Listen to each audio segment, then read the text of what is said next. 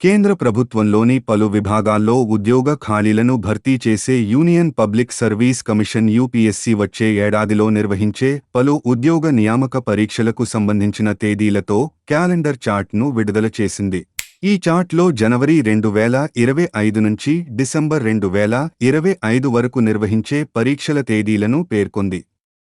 దీని ప్రకారం 2025 జనవరి 22 నుంచి ఫిబ్రవరి 11 వరకు సివిల్స్ ప్రిలిమినరీ పరీక్షకు దరఖాస్తులు స్వీకరించి మే 25న పరీక్ష నిర్వహించనుంది.